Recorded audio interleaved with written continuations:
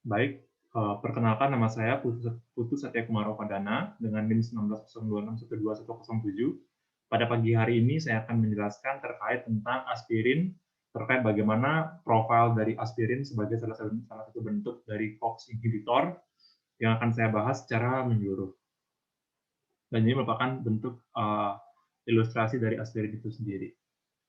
Jadi adapun outline ataupun topik bahasan yang akan saya bahas pada hari ini yang akan saya jelaskan adalah yang pertama terdapat terkait overview, bagaimana farmakogenetik, bagaimana farmakodinamik dari obat aspirin ini sendiri, dan bagaimana penggunaannya secara klinis, kemudian bagaimana penggunaan dosisnya, kemudian terdapat berbagai hal ataupun special precaution yang harus kita lihat pada pasien ketika akan memberikan pengobatan ini, dan bagaimana interaksi obat pada aspirin dengan obat-obatan lainnya, kemudian bagaimana adverse reaction, serta bagaimana kontraindikasi yang harus kita perhatikan ketika akan memberikan pengobatan aspirin kepada pasien.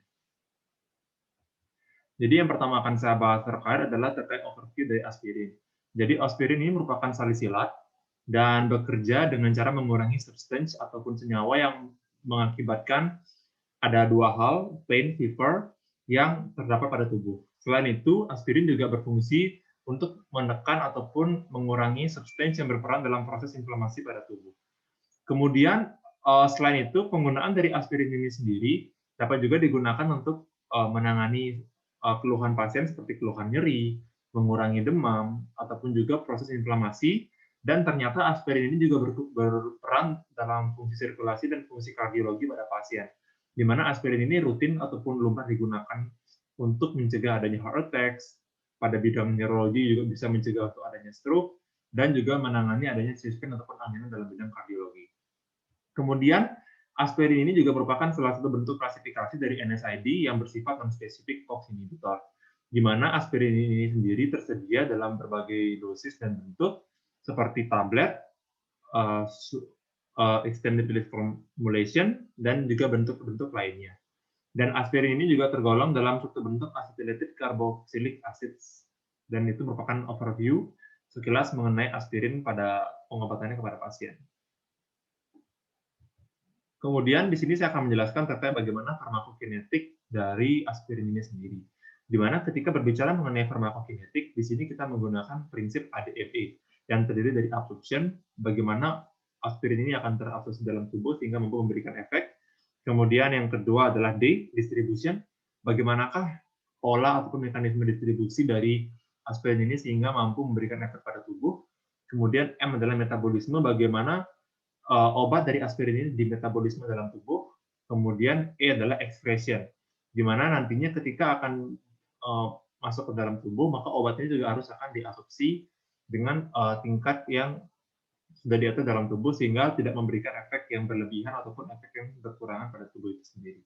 Jadi yang pertama akan saya bahas terkait aspirin ini adalah bagaimana absorpsinya.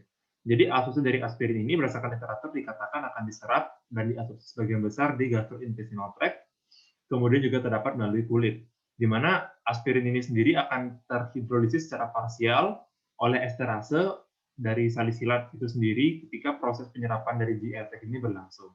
Kemudian berbicara mengenai bioavailability pada tubuh pasien, di mana aspirin ini adalah sekitar 50 hingga 75% dengan pola berupa immediate release, di mana waktu yang dibutuhkan oleh aspirin ini sendiri untuk mencapai peak plasma konsentrasi pada tubuh adalah diperkirakan ini berdasarkan dari bagaimana bentukan dari aspirin itu sendiri. Pada aspirin yang berbentuk non-etheric coated memerlukan waktu 1 hingga 2 jam, pada yang berbentuk etheric coated membutuhkan waktu 3 sampai 4 jam, dan pada bentuk yang extended release cap memerlukan waktu kurang lebih 2 jam untuk mencapai peak plasma concentration, sehingga penting bagi kita untuk mengidentifikasi apakah bentuk dari aspirin yang kita resepkan pada pasien sehingga kita mampu memperkirakan bagaimana waktu yang dibutuhkan dari bioavailability dari aspirin ini sendiri untuk mencapai peak plasma concentration. Kemudian saya akan membahas terkait clearance, bagaimana clearance dari obat ini. Jadi secara farmakokinetik, berbicara terkait clearance, di mana waktu yang dibutuhkan untuk half time elimination dari aspirin ini sendiri adalah diperkirakan 15 hingga 20 menit. Dan untuk asam salisilat itu sendiri adalah 2-3 jam. Di mana clearance rate dari acetylic acid ini adalah bervariasi, di mana ini tergantung dari berbagai faktor yang mempengaruhinya. Dan itu merupakan farmakokinetik dari absorpsi, bioavailability, dan clearance dari aspirin. Kemudian sekarang saya akan lanjut terkait farmakokinetik lainnya, di mana selain dari 3 hal tadi, terdapat juga berbagai komponen dari farmakokinetik yang harus kita pahami dari aspirin ini sendiri. Di mana berbicara mengenai distribusi, aspirin ini akan didistribusi secara cepat dan secara menyeluruh ke seluruh permukaan, seluruh tubuh, utamanya pada jaringan dan juga fluid dalam tubuh ataupun cairan dalam tubuh. Di mana aspirin ini juga mampu menyeberang ataupun memasuki dan melakukan proses cross ke plasenta dan juga mampu masuk ke jaringan dari payudara ataupun jaringan breast milk pada tubuh pasien. Di mana volume distribusi dari aspirin ini diperkirakan adalah sebesar 70 ml per kilogram berat badan dengan kapasitas ataupun plasma protein binding adalah sekitar 80 hingga 90%. Di mana pada bagian distribusi ini ternyata aspirin ini juga mampu melakukan aksinya shortly after administration, dalam artian ketika diberikan kepada pasien maka obat ini akan segera didistribusikan ke seluruh tubuh, dan ini juga mampu cross the placenta, sehingga harus diperhatikan pada pasien-pasien dengan ibu-ibu yang sedang hamil, kita harus memperkirakan dalam pemberiannya, di mana ginjal, hati, paru di dalam tubuh itu dikatakan kaya akan kandungan dari salisilat concentration setelah dilakukan pemberian dosis dari aspirin. Dan untuk pemberian aspirin ini, ketika dilakukan pemeriksaan pada feses, bal dan juga sputum, ternyata di sana didapatkan sedikit kandungan ataupun sedikit konsentrasi dari salisilat itu sendiri. Kemudian berbicara mengenai metabolisme dari aspirin, bagaimanakah aspirin dimetabolisme dalam tubuh? Di literatur dikatakan bahwa metabolisme dari aspirin ini adalah akan diproses di bagian hati yang akan dipecah menjadi beberapa komponen, yaitu asam salisilurik, salicylphenolic glucuronide, salicylic acyl glucuronide, dan juga gentisic acid, dan gentisuric acid. Dan ini merupakan hasil-hasil atau produk dari metabolisme aspirin yang akan dilanjutkan ke proses ekskresi nantinya. Kemudian dari secara farmakokinetik, aspirin ini juga akan melalui proses first pass metabolisme dalam tubuh. Kemudian kita masuk ke dalam tahap ekskresi, di mana di dalam tahap ekskresi ini nantinya aspirin ini akan sebagian besar diekspresikan melalui urin dengan pembagian sebagai berikut. 75% diantaranya adalah bentuk salicylic acid dan 10%-nya sebagai salicylic acid, dengan elimination half time-nya adalah diperkirakan 15 hingga 20 menit, ya, seperti yang sudah saya jelaskan tadi. Kemudian ekskresi dari salisilat ini sehingga dapat disimpulkan akan sebagian besar melalui proses ginjal, di mana di ginjal tersebut akan melalui proses seperti glomerular filtration dan tubular excretion, dan pada akhirnya akan menghasilkan bentukan berupa salicylic acid dan salicylic acid sebagai hasil dari ekspresi yang akan menutup dari proses farmakokinetik dari aspirin itu sendiri.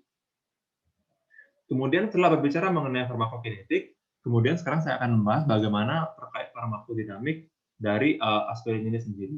Jadi seperti yang sudah jelaskan tadi, bahwa salicylic acid ini akan mampu mempengaruhi produksi dari prostaglandin dalam tubuh dengan cara mempengaruhi target dari COX-1 dan COX-2, sehingga ini dikatakan sebagai non-specific COX inhibitor, karena di sini akan mempengaruhi COX-1 maupun COX-2, di mana baik COX-1 ataupun COX-2 ini masing-masing memiliki fungsi dan mekanisme yang masing-masing di dalam tubuh dari pasien itu sendiri.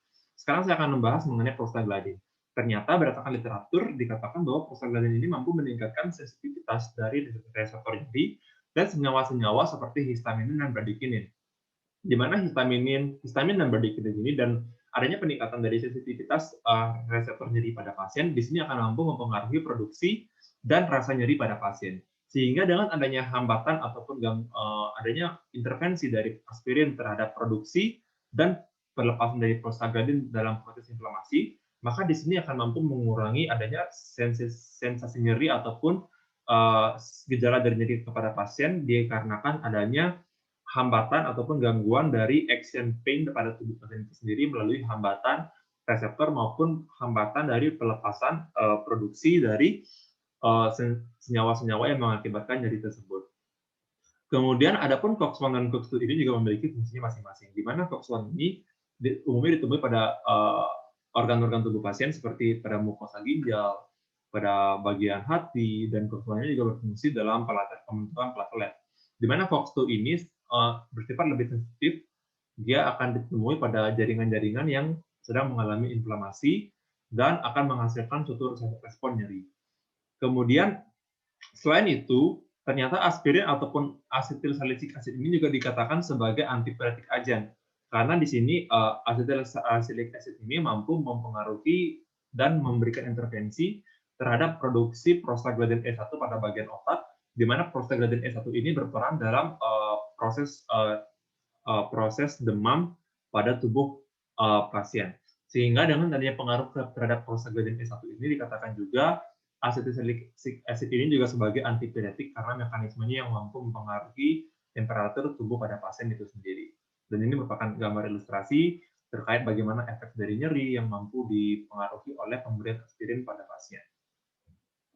Kemudian setelah membahas farmakodinamik yang tadi, sekarang saya akan membahas farmakodinamik dalam artian bagaimana dalam proses agregasi platelet.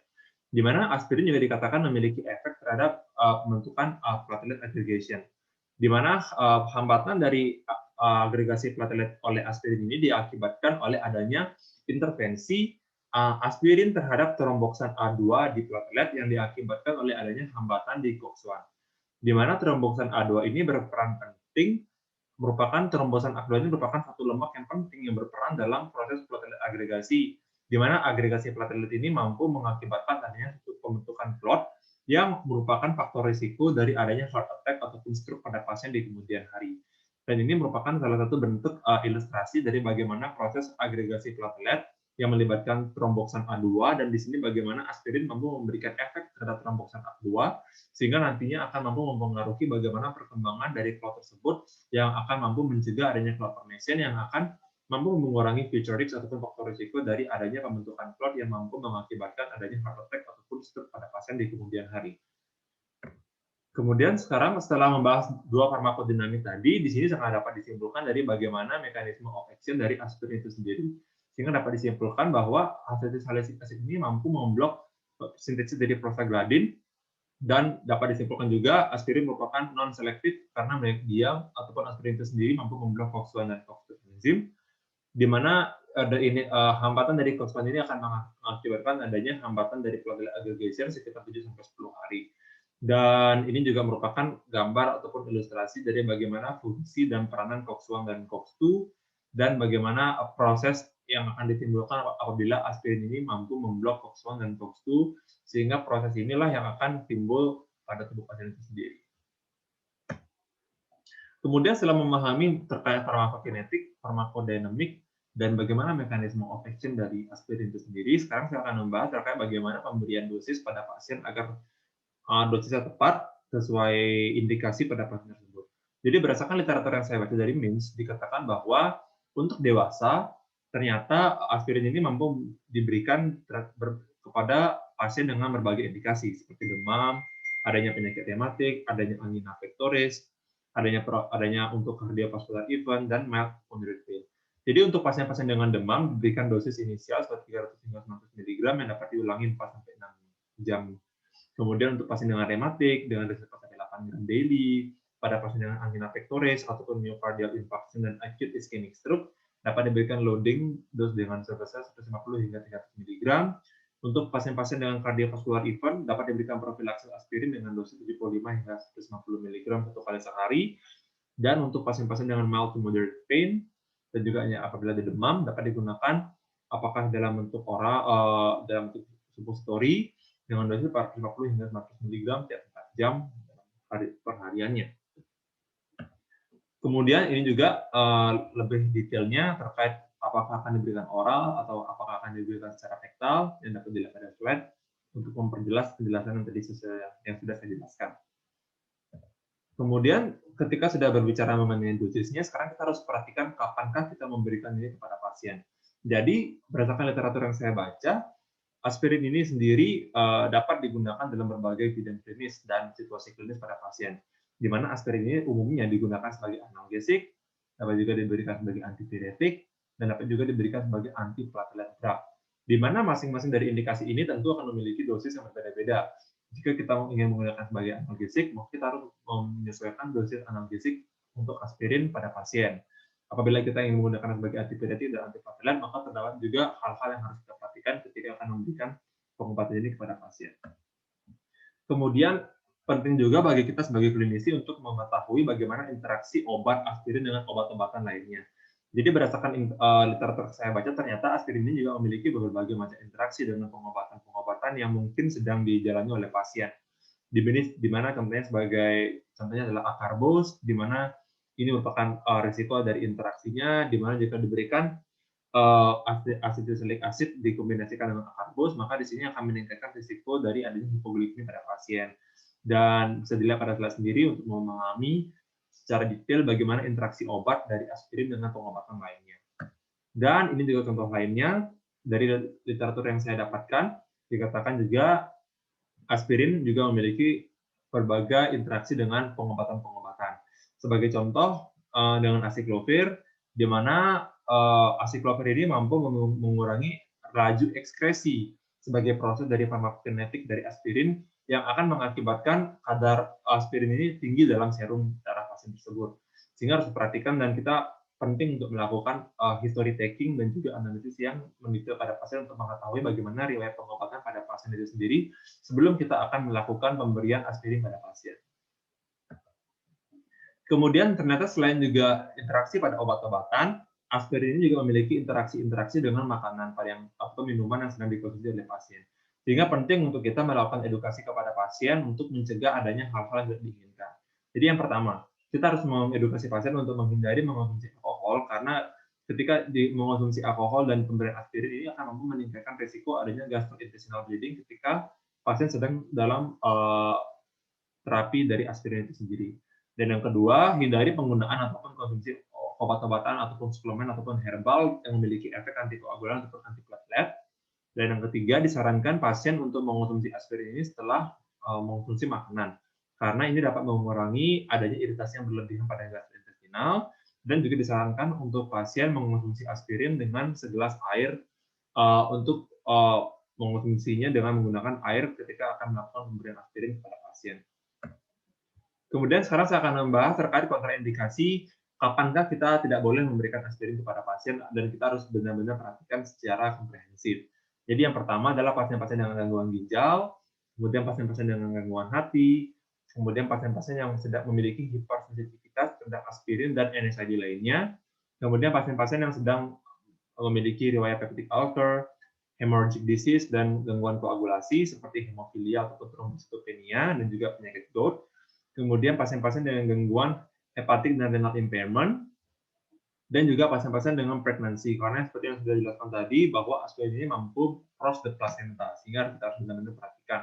Dan harus diperhatikan dosisnya dan kapan kita hanya boleh kita harus memperhatikan pemberiannya pada semester keberapa dan sehingga mampu mencegah adanya perburukan pada pasien. Kemudian terdapat juga special precaution pada pasien-pasien yang akan kita berikan pengobatan berupa aspirin. Kita harus perhatikan pada pasien-pasien dengan dispepsia ataupun lesi pada GI mukus, kemudian pada pasien-pasien asma, pada pasien anemia, adanya dehidrasi pada pasien, adanya G6PD defisiensi, kemudian pasien yang sedang menjalani prosedur operasi, dan pasien-pasien dengan moderate hepatic and renal impairment dan pregnancy. Dan ini merupakan pasien-pasien dengan special profession yang akan kita harus benar-benar perhatikan ketika akan melakukan pemberian aspirin kepada pasien. Dan di sini untuk mengetahui bagaimana fungsi dari hepatit dan renal impairment pada pasien dapat dilakukan dengan cara anamnesis, dengan cara pemeriksaan fisik, dan pemeriksaan laboratorium yang lebih spesifik lagi untuk menegakkan diagnosis apakah pasien sedang mengalami hepatit ataupun renal impairment sebelum kita lakukan pemberian aspirin kepada pasien. Dan ini juga merupakan drug interaction tadi untuk memperjelas ketika diberikan kortikosteroid akan meningkatkan GI bleeding, ketika akan diberikan obat antikoagulan maka akan juga meningkatkan risiko bleeding pada pasien. Dan dapat juga dilihat pada slide di sini ternyata juga pemberiannya dengan carbonic anhydrase inhibitor akan meningkatkan hyperacidosis dan increase central nervous system toxicity pada pasien. Dan potensi fatal juga terdapat di sini ketika dikombinasikan dengan other NSAID maka risiko GI bleeding dikatakan berdasarkan literatur akan meningkat. Dan ini juga merupakan adverse reaction yang dapat timbul ketika dilakukan pemberian aspirin, sehingga penting bagi kita untuk benar-benar memonitoring pasien-pasien yang sedang dalam menjalani terapi aspirin. Jadi untuk seperti contohnya seperti gastrointestinal disorder dapat timbul seperti dispepsia, gastric irritation, nausea dan vomiting. pada central nervous system dapat terjadi dizziness dan confusion, pada respiratory dapat timbul gejala seperti asma dan bronchospasm serta dyspnea dan rhinitis, dan bahkan yang potensial fatal dapat menimbulkan adanya paroxysmal bronchospasm dan dyspnea. Dapat juga koma, cardiovascular collapse, dan respiratory failure serta severe hyperglycemia. Kemudian apabila pasien mengalami atau memiliki suatu hypersensitivity reaction, maka akan timbul seperti Stevens syndrome dan angioedema, serta gastrointestinal bleeding dan perforation dikarenakan aspirin yang bersifat sebagai non-COX spesifik ya, karena COX-1 ini juga berperan penting dalam mencegah adanya gastrointestinal bleeding karena di sini COX-1 melapisi dalam permukaan epitelium dari gastrointestinal itu sendiri sebagai pelindung. Dan apakah yang harus kita lakukan jika kita menimbulkan ataupun adanya suatu proses overdosis pada pasien? Jadi yang pertama yang harus kita perhatikan adalah kita harus mengetahui tanda-tanda dari adanya overdosis dari aspirin, di mana seperti vomiting, dehydration, tinnitus, vertigo, dizziness, sweating, dan gejala-gejala lainnya yang dapat timbul yang dapat dilihat pada slide, dan bagaimanakah manajemen yang harus kita lakukan. Jadi di sini kita dapat mengadministrasi adanya activated Churchill pada pasien dengan kemudian kita melakukan perform urinary alkalinisasi dari urin dengan mengadministrasi 1,26% natrium bikarbonat. Kemudian kita perhatikan bagaimana urin pH-nya. Dan juga penting bagi kita untuk mengkoreksi adanya metabolic acidosis pada pasien dengan menggunakan 8,4% natrium bikarbonat secara intravena.